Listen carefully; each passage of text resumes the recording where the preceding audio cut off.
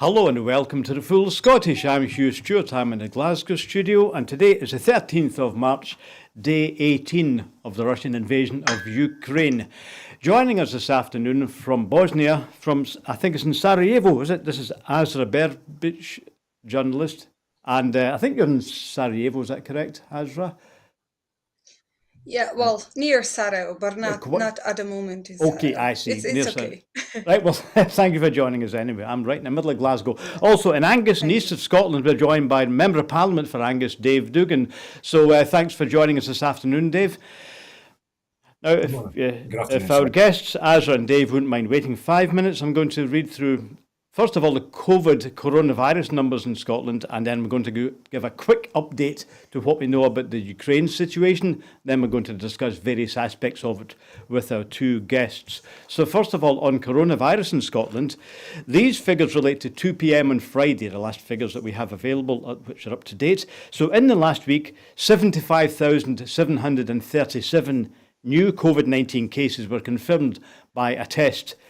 In the last week, 121 new deaths have been reported of people who had a positive test within the previous 28 days. There's 121 new deaths.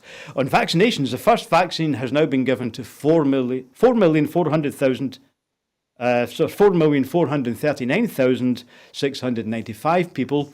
The second vaccination has been received by 4,166,614 people. And a third dose or booster has been given to 3,461,000 people. For context, the Scottish population is just over 5.4 million. But again, up to last Friday, 1,666 people were in hospital with recently confirmed COVID-19, and 23 of those were in intensive care. Since the start of the pandemic, a total of 10,969 persons who tested positive have sadly died from COVID. The Scottish Government, of course, reminds people we are still advised to wear masks in crowded places, including pubs, public transport and shops, and also, of course, if anyone tests positive, they need to self-isolate.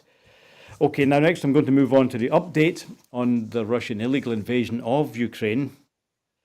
Today we hear that President Volodymyr Zelensky, claims that Russian forces have neither the strength nor the spirit to conquer Ukraine. President Zelensky also claimed on Saturday that the Russian army has suffered its biggest losses for decades.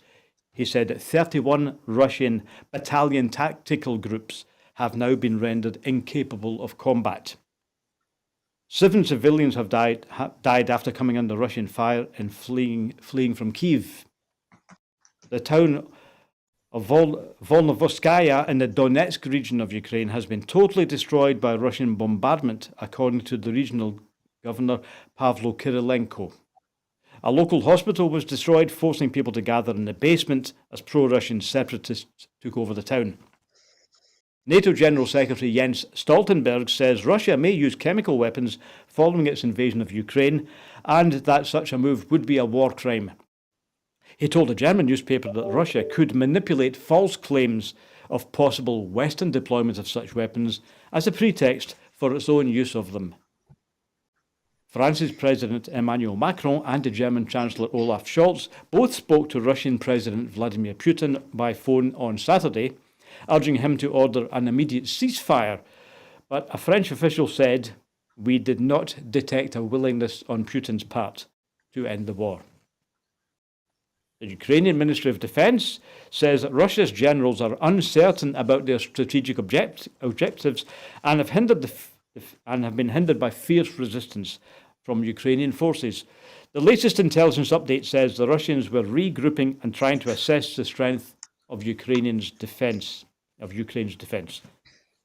New satellite imagery of Mariupol is showing widespread damage suffered since the Russian forces surrounded that city 12 days ago. More than 1,500 civilians have been killed, and humanitarian aid groups say those remaining have not had access to water or medication for days. The rate of refugees crossing the Ukrainian border has slowed, but neighbouring countries are still struggling to provide shelter for an estimated 2.6 million who have fled since the Russians invaded last month. Around 13,000 refugees were evacuated through humanitarian corridors today. At least 79 children have been killed and more than 100 have been injured so far in the war. British people who open their homes to Ukrainians fleeing the Russian invasion will receive £350 a month as the UK government tries to sort out UK's chaotic response to the refugee crisis. People have taken to the streets in cities all over the world to protest at Russia's invasion of Ukraine, including the cities of Berlin, Warsaw, London, New York, and Los Angeles. Finally, US President Joe Biden has ordered another $200 million in weapons and other assistance to Ukraine, according to the White House sources. Okay, thanks for joining us, Dave and Azra. So that's a quick roundup of where we are so far on the war on the ground. Now, what we're going to... Well, first of all, do you have any comments on what we've heard so far? Dave, it looks like the war is continuing along the lines we've had before, Russia having setbacks on the ground, but today we hear of airstrikes. I think it's in Lviv, is that right? I think Lviv itself in the far west has actually received bombardment from missiles. So is that a continuation of what we have seen? The Russians are finding it easier to use artillery and missiles. Well, yeah, it was an air attack here on the military base near Lviv with a very serious death toll for one incident there. But no, yes, you're absolutely right. The conflict is continuing in a similar vein whereby the defence of their territory and the sovereignty of their country is being fought with all determination by the incredibly brave Ukrainian forces, and the meeting with probably not the type of offensive competency that Vladimir Putin would like to see in Russian armour and Russian troops. I think by any measure, by any assessment, the performance of Russia in this invasion, just purely and technically military terms, leaving aside the morality, the illegality of the whole endeavour, and as a military observation in terms of how Russia has performed in this, it's been lamentable, really, and begs, as many commentators are observing, begs very serious questions about the morale of Russian troops, the validity of this campaign in the eyes of ordinary Russian people out with the Kremlin elite. And I very much hope that those suspicions are accurate, that certainly the younger generations of Russians who have access to information media outlets other than Kremlin-controlled media outlets are able to see that this is not what they would wish their young men and women to be pursuing and dying for. Now, Azra, because the Russians have obviously been delayed, they expected that this would be over a couple of weeks ago. Does this make it more likely that they're going to be forced to use non-conventional weapons, in other words, illegal weapons, cluster bombs or chemical weapons? Is that more of a danger now because of the Russian setbacks? Yeah, well, if we look back at the situation that we've been able to see, I believe it's unfortunately much more likely now, especially taking in consideration also the fact that many young Russian men are leaving the country. Actually, since there are no planes that are flying to Europe. Now they're going to Finland by a train, and out of fear that they are going to be recruited and that's going to be mandatory, and out of the data and information that's been shared, that the morale among Russian army is not that on a high level, I believe that's more likely. And also, if we look back at the propaganda that Russian government is, and through their mainstream media, public media is doing, even like a few days ago, they did a poll, national agency did a poll. So we have to take that with, not fully believe it, but they asked people all around Russia whether they support not war, but whether they support this special action as they call it, and 65% of people are in support of that special action.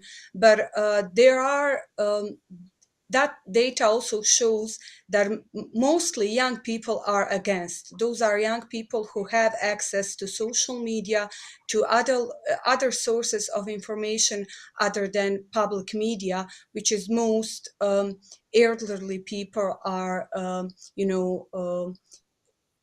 finding out, like people are mostly consuming public media there. So that's something that we also saw during the war in Bosnia and Herzegovina and just before the war. So I believe, unfortunately, that we could expect a lot from Russia. They're going to out of feeling not powerful as they would like to be perceived in the world, in the Europe. They would try to, manipulate the facts. They will try even to orchestrate that they were attacked by, let's say, chemical weapons, and then to use it. Yes, misinformation clearly is one of the weapons Russia has been using in this war. Now, the topic I'd like to move on to now is the very hot topic of no-fly zones. Should NATO and the European Union be in favour of, well, effectively that means shooting down Russian military aircraft over Ukrainian airspace. So that's, of course, one thing that President Zelensky has demanded. He's acknowledged the support of the West, but he has said, Dave, that you're not really helping us because, as you said a few minutes ago, it's airstrikes, really, isn't it? The Russians have been defending on airstrikes and have destroyed many cities from the air. Should we now start to think about no-fly zones? I don't believe so. But that's not to say that I disagree directly with President Zelensky. I think if any of us were in his shoes and leading his country through this existential battle for its existence, you would be calling for exactly what he's calling for. But that doesn't make it the right thing to do. And as many of your viewers will realise, that it's all very well to ask for a no-fly zone or demand a no-fly zone, but what does that actually mean? So in terms of air policing, you have to deny air superiority or the ability to move through a given defined area of airspace. And in the event that people decline to accede to that ruling, you then have to engage them. And I certainly don't want NATO and Russian combat aircraft to be engaging each other over the skies of Ukraine or anywhere else. And I think a lot of people who are capable of just taking that step back and saying, what does that actually mean?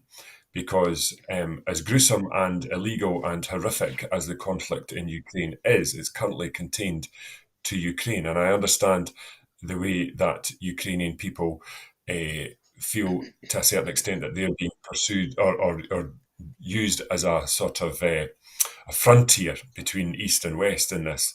But nevertheless, the consequences of pursuing a no-fly zone and applying and adhering and policing a no-fly zone will necessarily, unless you think that Russia will stop flying in a no-fly zone, I would suggest that's not a very realistic assumption. So in the event that they will not adhere to that, it involves engagement between NATO aircraft and Russian aircraft. And that's a very different scenario. Yeah, no-fly zones have been used in the past, for example, in Iraq. But of course, the issue here is nuclear weapons. Iraq didn't have any of them. They didn't have any weapons, actually, although Tony Blair said they did. Now, Azra, from your point of view, is the West sensible to not take that step?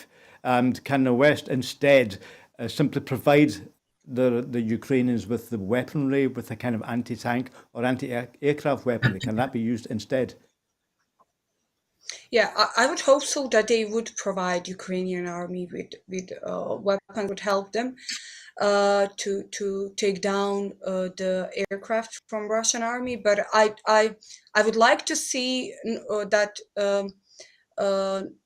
Europe and NATO would agree on no-fly zone, but I'm not hopeful. Unfortunately, I know that's not going to happen anytime soon. Mostly because, Putin is not your regular political leader. He's not someone you can trust. You can trust on his words. If he feels not powerful enough, he would rather act as a teenager and just to show the world that he has some type of power. And unfortunately, I was discussing on this topic with some of my friends, and they were like, oh, he's aware that they're killing children. Yeah, but he's also aware if he's killing Ukrainian children, he wouldn't mind killing Russian children, because there are a lot of young boys, young men in Russian army in Ukraine currently, and there will be a lot of evidence of them not even knowing that they're going to war, unfortunately, especially at the beginning. So I would like to see that, but I'm not hopeful. And just yesterday, Lavrov said, or his deputy said, that they're going to now target every military canal that is supplying them with the weapons. So that might implicate another level of conflict, because that might be that they're going to attack, let's say, some of the NATO member army, and you just this morning's action that was really so near Polish border, and that's a camp where NATO soldiers would help Ukrainian army and recruit them and train them. So and just last night I saw there was on Russian national television there were Russian experts showing what would be the best options to attack Poland and other Baltic countries. So if I was part of NATO, and if I was in those countries, leader of those countries, I would be really way more scared and way more worried, even though I believe they are worried. But I don't believe that they are pushing enough NATO and other countries, other allies to act more quickly, because even with the sanctions, with everything, we see the effects. But that's something that people in Ukraine, a lot of international reporters, months before this aggression, they were telling to the NATO, to the EU, you should impose sanctions, you should act now. But because unfortunately, even now, one lost life is one life too many, but it is what it is. Yes, so in fact, as you mentioned, the Baltic states, I'm going to go to Riga next week, so I wonder what the opinion is there. Before we move on, Dave, I want to go back to the question of defences against air attack. Now, you have some knowledge of aeronautics, and you're also on the House of Commons Defence Committee. Do you think it's feasible to take on Russian air assaults by using technology from the ground? In other words, I don't know anything about this. Is there technology that can effectively stop airstrikes, from some sort of handheld ground-to-air missiles? So Ukraine are being supplied with Starstreak anti-aircraft surface-to-air missiles from both the United Kingdom and I believe the United States as well, although that's definitely the United Kingdom. And also and above that, they've been furnished with Javelin anti-armor, anti-tank missiles. So, and the Ukrainians have been very clear that this has been tremendously helpful, and the great effect that they've put these weapons to against Russia or Russian advancement is there for, go on TikTok, go on YouTube, see the attrition to Russian armored columns. It's there to be seen, but there's a very big difference between giving the Ukrainians the tools they need to do the job to defend their country, and actually getting involved directly as NATO. Very, very big difference. And so they are being furnished with, but the Russian Air Force has possibly been even worse than the Russian army. And there's some very good reasons for that in terms of Russia's lack of access to sophisticated flight simulators.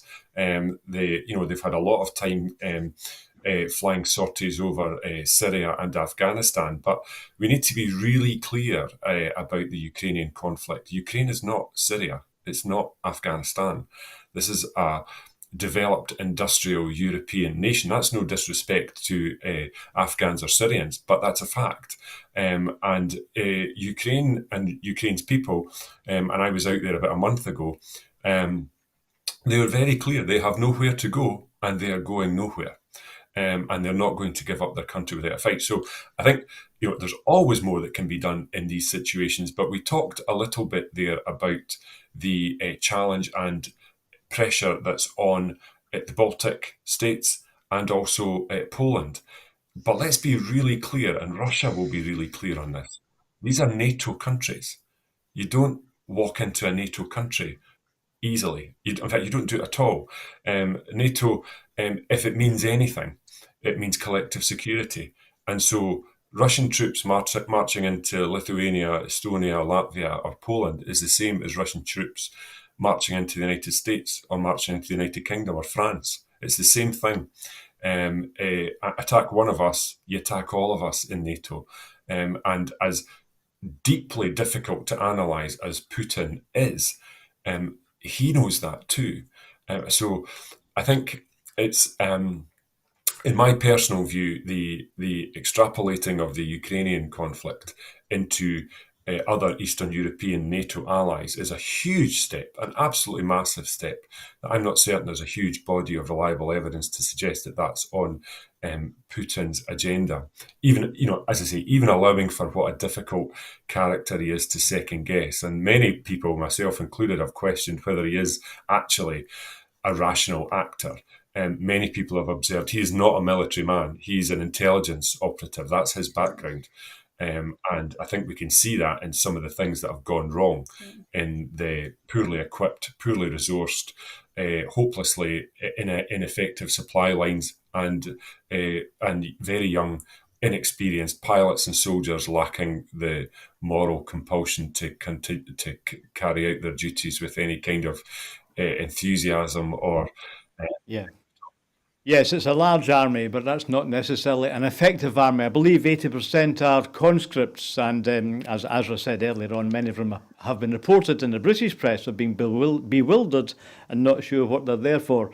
Okay, so let's move on now to the question of refugees. So we talked about something like 2.6 million people have fled Ukraine going westwards.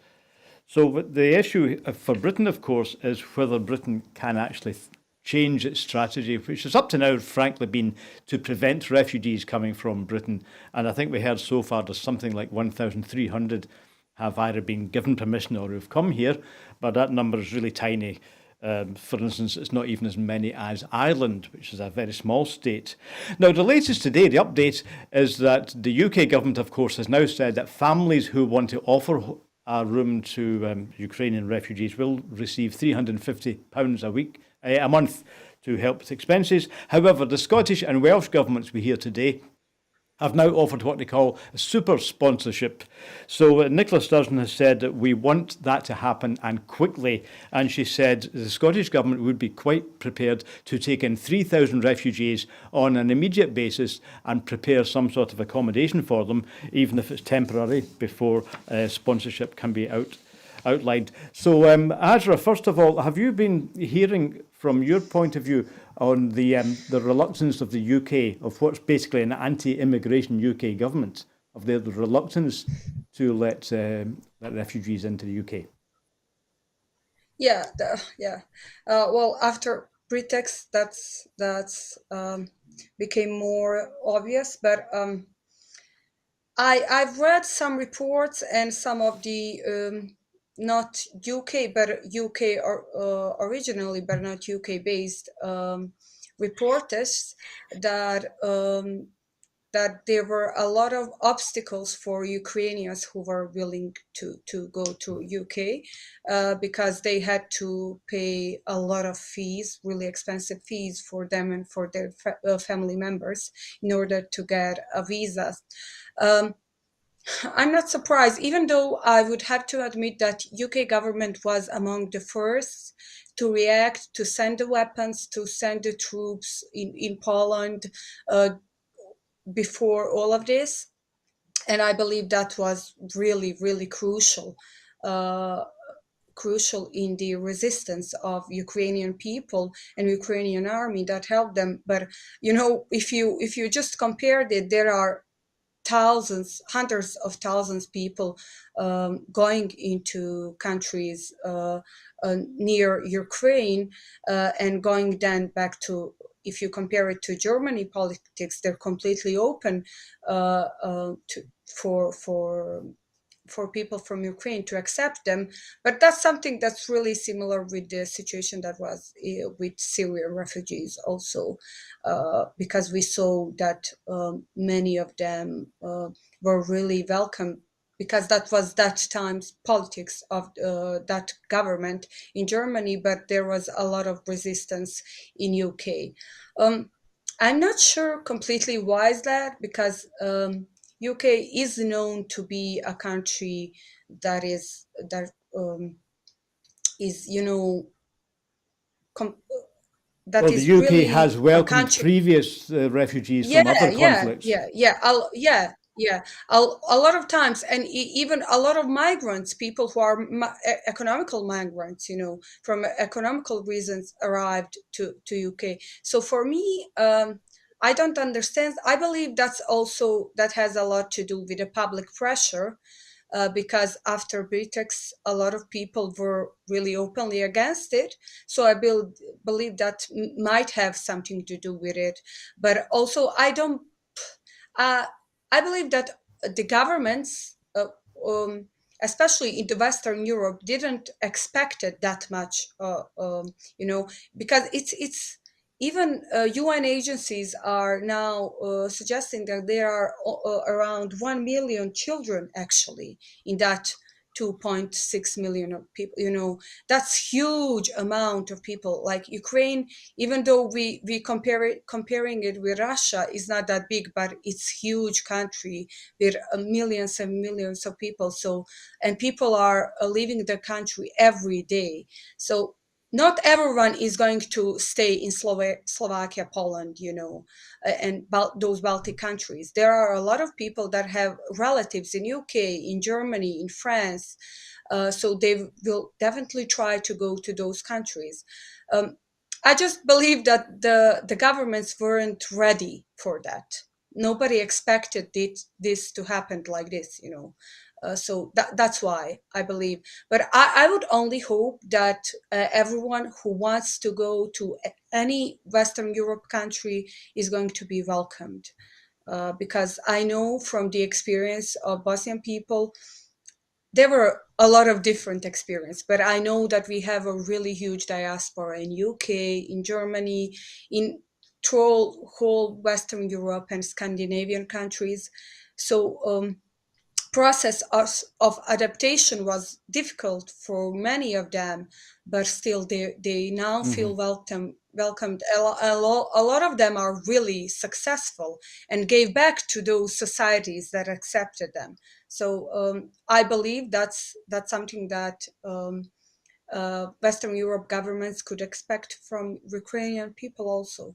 They just want to be welcomed now, Okay, well, just before I turn to Dave, I think I'm talking about the attitude of the UK government, Azra. There's been lots of evidence which we have cited in the last week of people throughout Britain, Scotland and England being very generous in their help for Ukrainians. So I think the public are anxious to help, but the UK government has put, well, let me quote Dave, Nicola Sturgeon, who said today, the UK response so far has been beset with bureaucracy and red tape, when what is needed is humanity and urgent refuge. So what the Scottish Government is proposing today, this is on top of what Michael Gove said yesterday, the £350 a week sponsorship scheme. So the Scottish Government and the Welsh Government have today said we want to be super sponsors, which means get the people in right away. The First Minister and Mark Drayford, First Minister of Wales, have said that no cap will be set by Scotland and Wales on how many we want to come here. And the Scottish Government also says we are ready to take 3,000 right away. So they are making local authority arrangements to get those people in. And they also furthermore say that people who come here should have access to public funds and welfare benefits. So the Scottish Government wants to go at least one step ahead and immediately of what the UK Government is proposing. So Dave, what's your sense of whether the UK Government would listen? Would they be interested in making a kind of separate arrangement for the devolved nations, or would they have to say it's a one-size-fits-all policy? No, as with this and everything else, it's England's way or the highway. So the Home Office and the Cabinet Office and the Department for Levelling Up will dictate terms on this. And yeah, I was a local councillor when we took in the Syrian refugees into the United Kingdom, and that was all coordinated by COSLA through Glasgow City Council as the receiving council in Scotland, and they were dispersed across other councils. And we got far, far less than we said we would take, and it will probably be the same in this situation as well. But look, the First Minister's absolutely right. It's not to say, this is beset with bureaucracy and red tape, but that is a function of the Home Secretary, Priti Patel, and the department that she presides over, which is so hostile, so rejecting of people in their time of need. It's a shocking indictment on the values that she has and that she has instilled in that department under her leadership. These aren't immigrants. These are refugees fleeing a war that we can see daily on all the different media platforms, the horror of that war, and they're fleeing. And to hide behind the Novichok attack in Salisbury and say we don't want, literally to say in the House of Commons, we don't want any more of that, so we need to do the proper checks on these grandmothers and mothers, because the men aren't leaving. Grandmothers, mothers and children. It just goes to show you the skewed, distorted values and thinking that goes on in the Home Office. And I have to be very clear, and I'm not making actually a party political point on this, Hugh, because the Conservative MPs behind Kevin Foster, the Immigration Minister, were every bit as outraged, well, maybe not every bit, but many of them were every bit as outraged as opposition MPs on our side of the House in Westminster. So they've had to go away and think. They've had to go and try and understand why they're so out of step, not just with the country. Angus is a mid-sized local authority in Scotland. And as the Angus MP, I've had over 100 inquiries of people willing to take in refugees. That's just in Angus. So by the time you read that across the rest of Scotland and the other nations of the United Kingdom, you're talking about thousands and thousands of people who are willing to open up their door and their homes and their families to families from Ukraine and give them that solidarity, care and safety that they so desperately need. And we're being stymied in that ambition by a Home Office that couldn't care less. It's shocking. And what you're noticing, certainly I'm noticing, and other commentators as well, is that you've got other Secretaries of State, principally the Defence Secretary, Ben Wallace, constantly having to defend the Home Secretary for her incompetence and or inaction in this, and the Channel crossings, and all the rest of it that she's got spectacularly wrong. But the urgency that she's failed to instill in this process, and the uncaring nature of the grudging allocation of places and the delays of people actually getting into the United Kingdom, is unforgivable. And if she's not careful, it might actually be a downfall. Yep, so the UK government definitely seems to have misread the public mood on refugees. So, Azra, I'm going to move on now to the human cost of conflict and war. Now, you, of course, have remembered in living memory, you've experienced something like this At the moment, people, I guess, in Ukraine are in emergency mode, if you like, get things done, whether it's fleeing or whether it's making preparations. But this is not the sort of thing you get over quickly, is it? Even once Ukraine starts to rebuild again, the images of this war are going to stay with people for a long time, aren't they? Of course, yeah. What we are now seeing are tremendously a lot of mass and war crimes being committed by Russian army.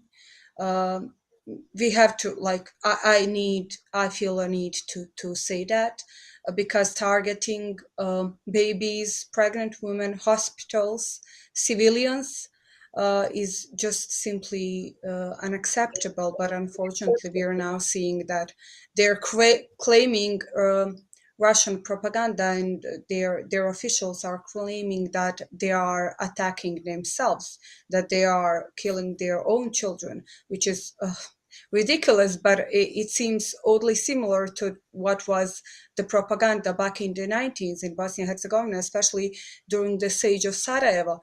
And still, there are many people, despite all the proofs, claiming that we were killing or our own children.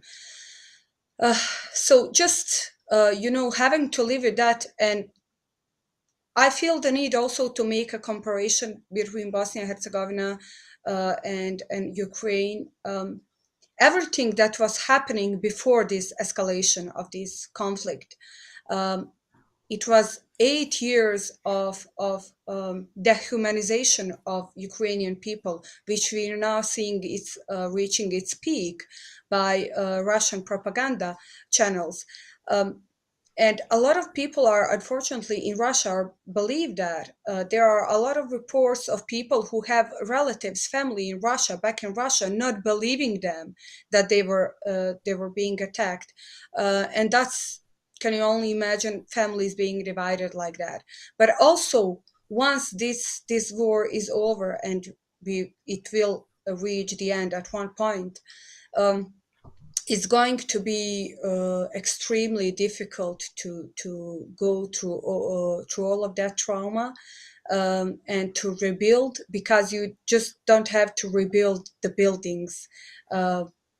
It's way harder to rebuild people who are systematically traumatized, young children, people who fought in the army, women who were, we are now seeing that there are some reported cases that women were victims of sexual violence, which is terrifying.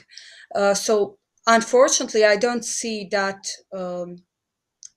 stopping now at this point. I'm just afraid that it's going to be even worse, because as we see, they're not willing to stop at this point.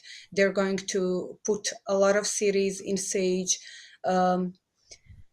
They're targeting civilians, and that's something that the trauma that you have to go through now, and the fact that you feel abandoned, even though we see a lot of help from all around the world, and a lot of solidarity, and a lot of people accepting people from Ukraine, but still it's really difficult to go through that trauma, even if you haven't been directly in a conflict zone, but even leaving your home just overnight. It's for me, it was re-traumatizing, and for many people around me, my family members, older people, my mom, my friends' parents, this is really re-traumatizing, because they are now feeling also endangered because of this. So I can only imagine how that's going to be. I only hope that after all of this, Ukraine will not follow the example of Western Balkans countries, because we didn't went through it systematically. Country didn't dealt with it as it should have dealt with it, because a lot of people were left by themselves to deal with all of that trauma, unfortunately, and or either NGOs helped them, offered them some sort of help. So I just hope that they're not going to follow that example. Now, Dave, turning to the question that Azra raised about war crimes and allegations, we've certainly had a lot of reportage in the UK press on things like, I don't know if cluster bombs have actually been used, but there's also been, maybe you do know, but there's also been talk of the thermobaric or vacuum bombs being used. And these are probably in themselves a war crime, although I think the US hasn't actually signed up to all of that itself. But so there's been lots of reportage of that. But anyway, bombing hospitals, surely that's all we need. But what sort of level of evidence, looking at from your point of view as a parliamentarian, I take it other parliamentarians are interested in this. What's the chances of actually bringing somebody to trial in The Hague once this is all over? Well, that's a really big question to unpack, Hugh. I mean, first of all, you're dealing with Russia, which has a very particular view of collateral damage. We've seen what they are capable of, both in Afghanistan and Syria. And incidentally, the thermobaric weapons that you discussed, these are horrific weapons, and they were used in Syria, and the Russian forces, I wouldn't say they like them, they value them, because what they do is when they land on a building, it's when it's urban warfare, they land on a building and then they release their charge slowly in gaseous form right throughout the building and then ignite it. It then ignites and creates a tremendous pressure drop because of all the oxygen that's consumed in that extremely hot fire, and it's just it kills everything that's in that build. Everyone that's in that building, they're horrific weapons. But then getting blown up by a shell, is terrible for anybody. War is an ugly, nasty business, and nobody should ever lose sight of that. But Russia has a very particular view of what's acceptable, and it's very different from what we would recognise in the West as being acceptable in terms of losses or collateral damage. And I think the actions that they've taken in terms of bombing civilian facilities such as hospitals, maternity hospitals, nuclear power stations, really it calls into question the command and control structures and the ability to prosecute after a conflict. Is a very, very challenging one. But that doesn't mean that you don't embark on it. I mean, Russia has a case to answer for in what is achieved so far. And goodness knows we don't know what they're going to do. It's not going well for them, so we don't know what they're going to resort to in the days and weeks ahead. But it has to be on the table. People will expect it. The rule of law is important, if not in Russia, then in the rest of the developed world. And that includes not just domestically, obviously, but internationally when it comes to war crimes also. So if I was not so much Putin, because he's painted himself into a corner, what will happen to him will happen to him. But nevertheless, I'm sure Russian generals, recognising they're not operating in the much more difficult or poorly reported from environs that they were in combat in Afghanistan and in Syria, that their actions and their malign actions and their illegal actions will be far better reported and evidenced in Ukraine than they were in previous theatres. So, and it doesn't, it's not just the generals, it's, it's the chain of command. And we saw that after the Balkans. And so it should be pursued with all haste. But that's a wee bit further down the road. Yes, obviously the International Criminal Court is on the case, but I guess, as you say, it's a question of trying to point the finger and saying who gave the order, who was actually responsible, although we know these things are happening. But you've got to get one individual and you've got to have evidence on them before it's going to stick in court, of course. Now, I'm going to move on to, I was going to call this a domestic issue, Azra. We're talking about the cost of living crisis, mainly the increase in fuel bills, but I guess this affects everyone in Europe anyway. At the moment, the Scottish Green Party is meeting in its spring conference in Stirling, and they are stressing that what this brings to our attention is the need to move away from fossil fuels. And in fact, the Scottish Greens co-leader Lorna Slater has said today that Scotland could play a leading role in a just transition because Scotland has a quarter of Europe's offshore renewable energy potential. Some of that is being used, some of that is still potential. So there is a split really in Scotland, and you can also see this in America between left and right. If you like, the left or the Greens are saying ideal opportunity to move away from Putin's gas and to start using our own renewables. And again, in America, that you hear Republicans saying, move away from Putin's gas, ideal time to make more oil, drill more oil in Texas. So we're getting that split over what sort of fuel we're going to use. So Azra, let me ask you, first of all, are people in the West Balkans, particularly like Italy, dependent on fuel from Russia? So is this an issue for you, a political issue? Yeah, well, even in past 5 days, there have been a lot of protests in Albania because there were a lot of prices rising, just not just oil, but also food, not just gas, but food. And that's something that's been happening in the whole Western Balkans region. But people in Albania are more prominent to protest against it because national governments didn't impose any types of measures that would prevent it. It is. We are now facing that in especially in Bosnia and Herzegovina. A lot of suppliers are actually owned by Russian Gazprom, and that's also the case with Serbia, I believe.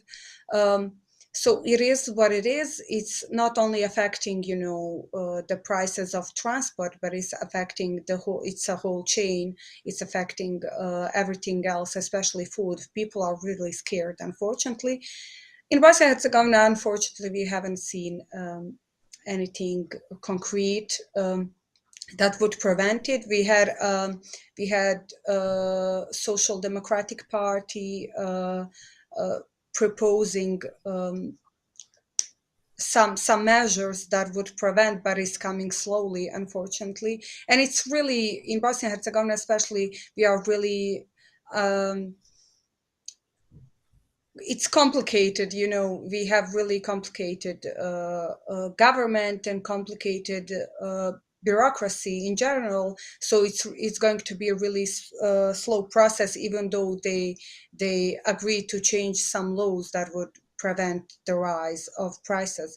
It is what it is. I believe just because there are elections coming up in Serbia, there are also elections coming up in Bosnia and Herzegovina this year, so we will see how people are going to react to that, because even though I believe that Serbia's government reacted better because they made assured their people that they have a lot of food, because that's something also that's really re-traumatizing for a lot of people, because during the war in the 90s, a lot of people all around the Western Balkans region were hungry, not just like attacked, but especially in Bosnia and Herzegovina. There were people were dying from hunger, unfortunately. Even my mother told me a couple days ago how she remember, because a lot of people in Bosnia and Herzegovina were not just refugees, but they were displaced. So people from East Bosnia would come to Central Bosnia, where I'm from. So she remembers people coming to her doors and asking for foods because they haven't been eating for days. And now people are feel afraid that might happen again. So we now see all around the region, but in Bosnia and Herzegovina especially, a lot of people trying to supply themselves with a lot of food. But that's not going to change anything if our governments don't do concrete actions to first of all supply us with enough food resources, but also to ensure that people should not feel endangered, in this way. Yes, fortunately, we don't in this country yet have a food crisis, but we do have, of course, and I'm going to quote the TUC, the Trade Union Congress today, talking about the cost of living crisis, as we call it in the UK. Well, generally, rising prices. Now, Francis Barber of the TUC has today said that electricity bills are going to increase by 54%, which is 14 times faster than wages this year, wiping out people's wage rises. Apparently the Treasury, in response to this crisis, has said, this is a quote from the TUC, there's only so much that can be done. So, Dave, I think you might probably agree with Kirsten Oswald that there are other things that can be done. I'm just quoting your colleague, Kirsten Oswald, who's your deputy leader of the SNP in the London Parliament. The Chancellor, she says, has abandoned households and failed to properly tackle the crisis, and instead has pressed ahead with a £4 billion tax cut for bankers. So just finally, she says, first thing the UK government should do is to forget about the £200 loan, turn that into a £200 grant towards fuel bills, and secondly, reverse the cut to universal credit, which costs families £1,000 a year, and thirdly, why doesn't the UK government extend the Scottish child payment, which is £20 per child, that's coming in April. So I guess you're going to agree with Kirsten Oswald. So this is a big crisis, even if it wasn't for the other crisis. The fuel bill and then poverty really is the big issue in the UK politics, isn't it? So do you sympathise with the Treasury that says there's only so much that can be done? No, I don't sympathise with the UK Treasury at all. There's no use in the UK Treasury complaining about how difficult it is to allocate money or the availability of money. That's what they're there for. That's the reality they exist within. So my colleague, as you say, Kirsten Oswald, is absolutely right. And I would go one step further and say that the United Kingdom government should ensure that the planned rise to national insurance is scrapped as well. Because let's be really clear, there was a lot of people in very significant poverty, in work poverty in a lot of cases, before coronavirus, before the pandemic. This has not got any better, in fact, considerably worse throughout the pandemic. And this cost of living crisis has been brewing for months now. And so the government is very, very keen to pin this in its entirety on the war in Ukraine, which, of course, in terms of direct consequence to energy prices and availability of energy, has had a consequence. But this was all brewing before slow wage inflation and keeping consumer prices and energy prices have all squeezed people, very much so, particularly people that are working in the public sector as well, who've enjoyed over a decade of very modest or no wage rises at all. So these are really challenging times, and it's very tempting for a government like the Conservatives to think that it's people at the margins that are suffering. It's absolutely not people at the margins. It's people right up and down streets and communities across Angus and Scotland and across all of these islands. Very ordinary people are making very difficult calculations about how they're going to stretch their budgets for colossal rises. The petrol stations are advertising diesel now for over £1.70 a litre. So it's very, how are people going to get to their work? How are they going to afford these increased fuel bills for their car, for electricity, and for gas? How are they going to heat their homes? And the other thing as well is, take a loaf of bread, for example. There is no food. This is not about food shortages. Let's be really clear about that in case anybody thinks it is. This is not about a shortage of food. This is about the affordability of food. Very different thing. And if you take a loaf of bread, for example, the UK is largely self-sufficient in production of wheat. So there's not going to be a problem in producing bread. But the cost of wheat is about 10%. 10 pence of your £1.10 loaf of bread. 15 pence is transport costs, and that's only going one way as we see the rise in the cost of diesel, because the cost of fuel feeds into the cost of everything. That's the unique component about fuel. It drives the costs of everything because everything has to be produced and delivered, and it's fuel that does that. So it's very, very challenging dynamic, and the UK government is just hoping against hope that this will go away, but it won't go away. And it's absolutely vital now. It's a humanitarian issue now, actually, to make sure that that planned cut in £20 to universal credit doesn't go ahead. Because if you're on a prepayment meter, you were in abject fuel poverty before the price of your energy doubled. So what on earth is the government going to do about that? It has to react, and it has to defend the ability of ordinary people to get to and from their work and to heat their homes adequately. It's lucky we're coming out of the winter, not going into it, but nevertheless, it's still a time to act. Okay, the Treasury might also care to look at the revenue they're getting from VAT, because obviously if the fuel price is going up, then the tax take is going up from that also. So they might take some comfort looking there. Now, we have to move on, almost at the end of our show. So, as I mentioned earlier on, Azra, I don't know if you're aware, but the UK political parties are having their spring conferences. The Scottish Green Party is meeting now at Stirling, and a couple of weeks' time, in fact, the SNP will have the spring conference. But we're looking ahead next week to the Conservative Party Scottish branch. Now, I don't know if you've heard of the issues here, Azra. I'm interested to know what you think about it. But one of the fiercest critics of Boris Johnson, or Boris Ivanovich, as I think his Russian pals might call him, is that he attended parties, of course, during the lockdown, and Douglas Ross, the Scottish Conservative Party leader, was the first to call for his resignation. So next week, he is inviting the Prime Minister Johnson to the Scottish Conservative Party conference in Aberdeen. Let me first ask, Azra, have you heard, do people in Bosnia pay any attention to UK politics? What's people's general impression of the leadership that Britain is receiving now from Prime Minister Johnson? Yeah, well, people in Bosnia and Herzegovina are mostly, especially in the last couple of months since the fall, are mostly focused in the way how UK government is reacting to current political and security crisis in Bosnia and Herzegovina, which was really a great response, really fast response, and we are really thankful to that. But in that way, they are not focused on Boris Johnson in particular, but in members of parliament who are actively advocating for Bosnia and Herzegovina, for the interests of Bosnia and Herzegovina, especially our territorial integrity.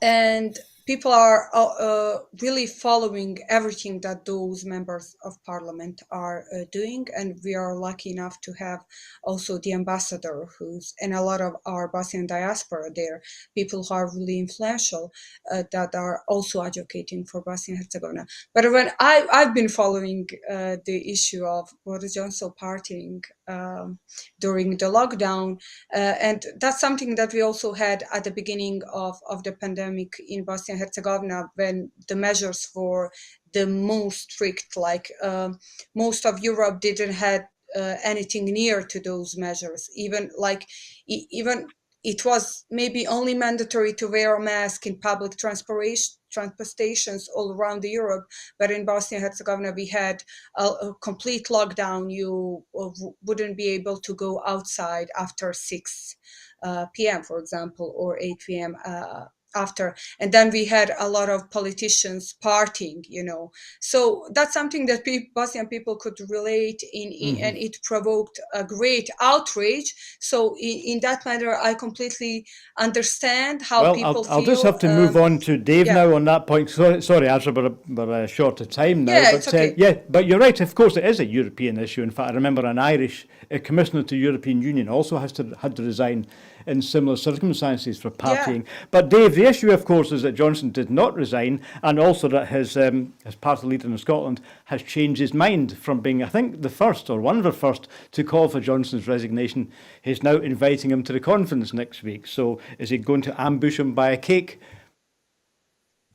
Well, I mean, nothing would surprise me in either Boris Johnson's behaviour or Douglas Ross's behaviour. And I think, Douglas Ross is the master of pointless gestures. We saw that during the Barnard Castle resignation of his ministerial post, and then his demand for Boris Johnson to resign, trying to attract attention and put some distance between him and the Tories in Westminster, but in a classic irony which demonstrates the subsidiary nature of Scotland and the subsidiary nature of the Scottish Tories, he's been put in his place the way Scotland is by Westminster, and he's been told to withdraw his letter and to get behind the Prime Minister, which is a dutiful Scottish Tory he's only too pleased to have been able to do. So good luck to him. He's going to need it. Right, so he has his principles, but he's prepared to put them away if they're not needed for the time being. Well, I'm afraid we're just about finished now, so it remains to do two things. First of all, I'll thank our guest, Azra Berbić, for joining us from Bosnia-Herzegovina. It's been excellent to meet you this afternoon, and thank you for coming to join us. and I wish you well. Thank I'd you. also Thank you thank for the Dave. invite. First time I've met Dave Doogan. It's very, very interesting to meet you, Dave. I know that you've been on Broadcasting Scotland before, so thank you for making this out available to us today, and I hope we'll see you again. So I'll Cheers, just Hugh. conclude by reminding everyone that we are actually funded entirely by our subscribers, and I know many of you are watching just now, so thank you for watching and thank you for supporting Broadcasting Scotland. We do have plans to expand the range of our programmes, and we're waiting on money to do that. As soon as we get more money in, and you can help by looking at the logo on there. If you log on to broadcastingscotland.scot, you can click on a link, and it would be great if you could commit to even a small regular monthly amount. Will help us to expand our services and indeed to pay our own bills. Obviously the electricity bill is pretty high around here too. So that's just about it for this afternoon. So we're back with the 7 o'clock news Monday to Friday. I'm off to Riga next week, so my colleagues will take you through the news during the week, so I hope you can join in and watch the Scotland at 7 tomorrow and through the week. So from me in the studio, that's Hugh Stewart in Glasgow, from Dave Doogan in Angus, and from Azra Berbić in Bosnia-Herzegovina. Berbić, thank you for watching us, and we'll see you later. Good afternoon.